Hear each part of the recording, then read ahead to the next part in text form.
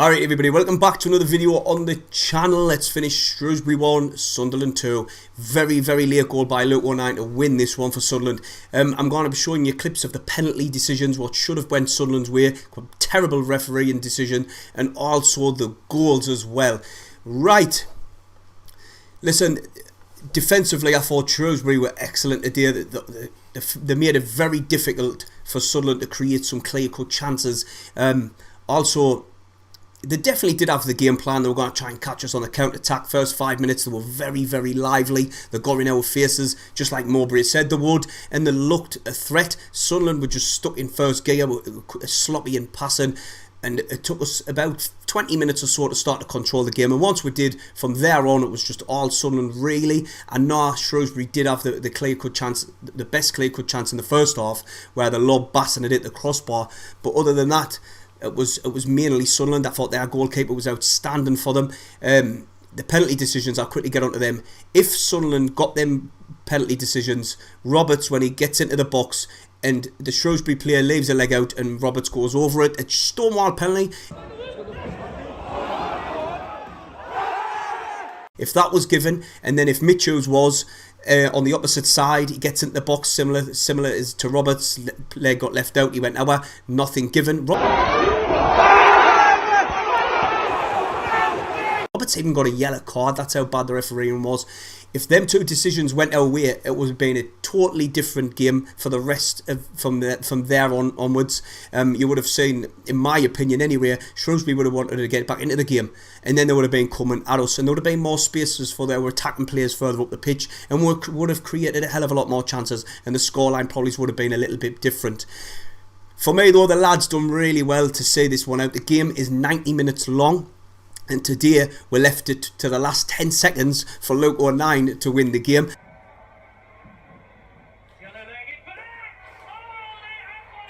I was absolutely out of the moon for 15-year-old Chris Rigg to get on the pitch. I wanted him to come on a little bit earlier than what he did, but nonetheless I was very happy that he came on. He looked lively, he looked a threat, he looked really good on the ball, very calm.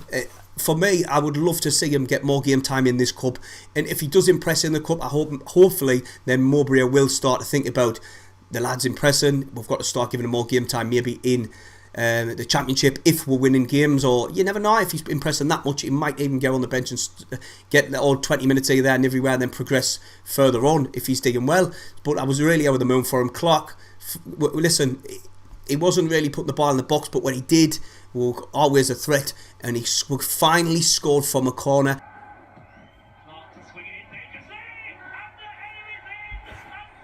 And Clark got his assist.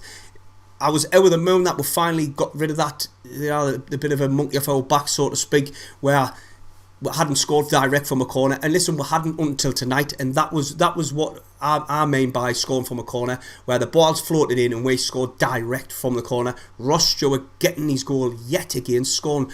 I think that's every game he came on the pitch since he came back from his injury, he scored in.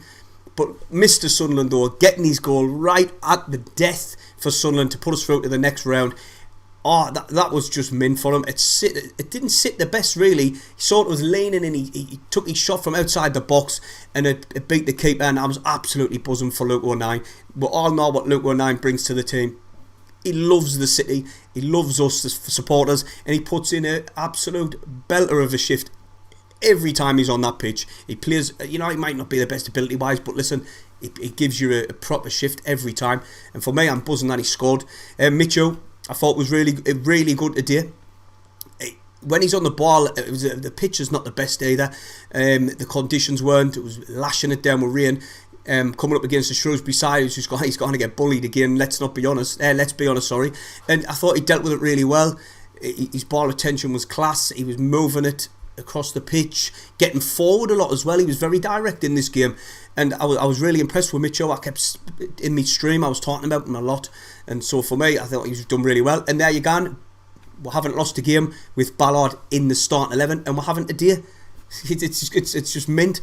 To be honest, I thought it was a very strong team selection. I wouldn't have risked Ahmad, I wouldn't have risked Roberts, and I wouldn't have Ballard either. But nonetheless, Mowbray knows better than me, puts them in, and they do well. Like I say, if we got them decisions given against Shrewsbury, the penalties, it would have been a different game. No question about that. But like I say, Shrewsbury defended well.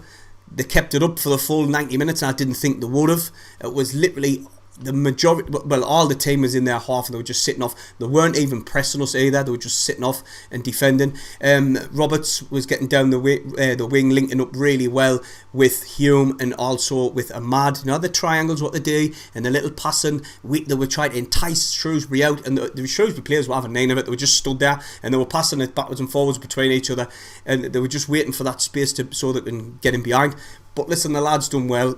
Like I say, it was good to see a few Rigg get his few minutes on the pitch, buzzing for Stewart's goal. Like I say, Luke 19 and all, and Bass as well. He done all right. I know for their goal, he couldn't have really done much. I thought Roberts did put him off a little bit, but nonetheless, we'll progress. We'll get through to the next round. Also, Stephen needs to hurry up and get well soon. He's been in hospital for 4 days now. If you didn't know, on the stream I showed everybody, he's been poorly. He's had asthma, and on Monday he was having difficulties breathing, and he's been in hospital on a ventilator on the oxygen for 4 days solid now. Hopefully he can get out sooner rather than later. But that's about it. Hit the thumbs up and subscribe if you're new. See you in a bit if you want.